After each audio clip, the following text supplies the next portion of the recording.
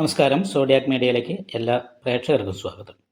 ഇന്ന് ഈ വർഷത്തെ അത്തം നക്ഷത്രക്കാരുടെ നക്ഷത്രഫലം എന്താണ് എന്ന് പരിശോധിച്ചു നോക്കുക. ഈ വർഷത്തിൽ പൊതുവെ അനുകൂലമായ കുറേ ഫലങ്ങൾ, നല്ല ഫലങ്ങൾ അനുഭവിക്കാനായിട്ട് അത്തം നക്ഷത്രക്കാർക്ക് യോഗമുണ്ട്. അതിനനുസരിച്ച് കുറച്ച് തടസ്സങ്ങളും പ്രതിസന്ധികളും ഒക്കെ ഉണ്ട്. കാരണം വെച്ചാൽ കണ്ടകശനിയാണ്.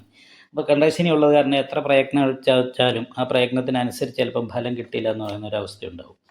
അതുപോലെ തന്നെ 10ാം ഭാവത്തിലാണ് വ്യാഴം സഞ്ചരിക്കുന്നത്. ഇപ്പോൾ ദൈവാധീനക്കുറവ് എന്ന് പറയുന്നൊരു അവസ്ഥയുണ്ട്.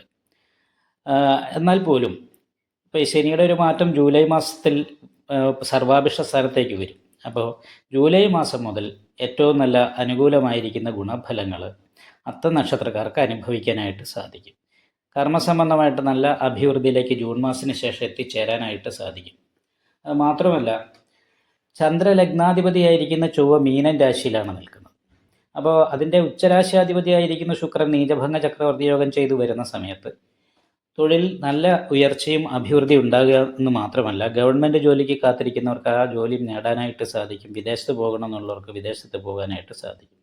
അനാവശ്യമായിട്ട് കുറച്ച് ചിലവ് വർദ്ധിക്കാൻ ഈ വർഷത്തിൽ യോഗം കാണുന്നുണ്ട്.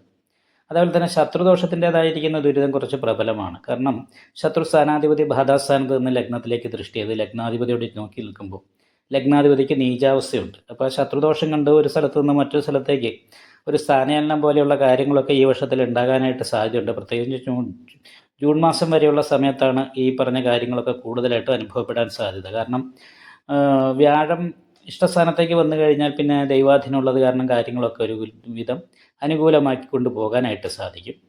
എന്നാൽ അതുവരെയുള്ള സമയത്ത് ശത്രുദോഷം കാരണം ചെയ്യുന്ന കാര്യങ്ങൾക്ക് അഭിവൃദ്ധി ഇല്ലാത്തൊരവസ്ഥ കാര്യങ്ങൾ ഉണ്ടാകാം. ദാമ്പത്യ പ്രതിസന്ധി പോലെയുള്ള കാര്യങ്ങൾ അനുഭവിക്കാനുള്ള സാധ്യതയുണ്ട്. മാത്രമല്ല, സുഹൃത്ത് വിരോധം പോലെയുള്ള കാര്യങ്ങൾക്ക് യോഗമുണ്ട്. അത് കാരണം ജൂൺ മാസം വരെ ശ്രദ്ധിക്കണം. പല രീതിയിലുള്ള ചതികളും പരസ്പരം നല്ല ബന്ധത്തിലുള്ളവർ തമ്മിൽ അകൽച്ച പോലെയുള്ള കാര്യങ്ങളും ശത്രുദോഷം കൊണ്ട് സംഭവിക്കാൻ സാധ്യതയുണ്ട്. അപ്രിയമായിട്ടുള്ള സംസാരങ്ങളൊക്കെ വേണ്ടി വരും. അപ്പോൾ അങ്ങനെ കേൾക്കാനിട വരാനുള്ള സാധ്യതയൊക്കെ ഉണ്ട്. അതൊക്കെ ഒന്ന് ശ്രദ്ധിച്ച് മുന്നോട്ട് പോകണം. അത് കാരണം കൊണ്ട് തന്നെ നാഗപൂജ ചെയ്യണം. ശത്രുദോഷ പരിഹാരമായിട്ട് സുദർശന പുഷ്പാഞ്ജലി നെയ്വിളക്കും വിഷ്ണു ക്ഷേത്രത്തിൽ ചെയ്യണം. ഭാഗ്യസൂക്താർച്ചന നടത്തണം. ശിവക്ഷേത്രത്തിൽ ശംഖാഭിഷേകം, അഘോര പുഷ്പാഞ്ജലി, നെയ്വിളക്ക് മുതലായിട്ടുള്ള വഴിപാടൊക്കെ ചെയ്യണം. അപ്പോൾ ഇതുപോലെയുള്ള വഴിപാട്, പ്രാർത്ഥന മുതലായിട്ടുള്ള കാര്യങ്ങളൊക്കെ ഉണ്ടെങ്കിൽ വലിയ തടസ്സമില്ലാതെ മുന്നോട്ട് പോകാനായിട്ട് സാധിക്കും. ജൂൺ മാസം വന്നാൽ ദൈവാധീനം വർദ്ധിക്കുന്ന കാരണം തൊഴിലിൽ നല്ല ഉയർച്ചയും സ്ഥാനക്കയറ്റമൊക്കെ കിട്ടാനായിട്ട് യോഗമുണ്ട്.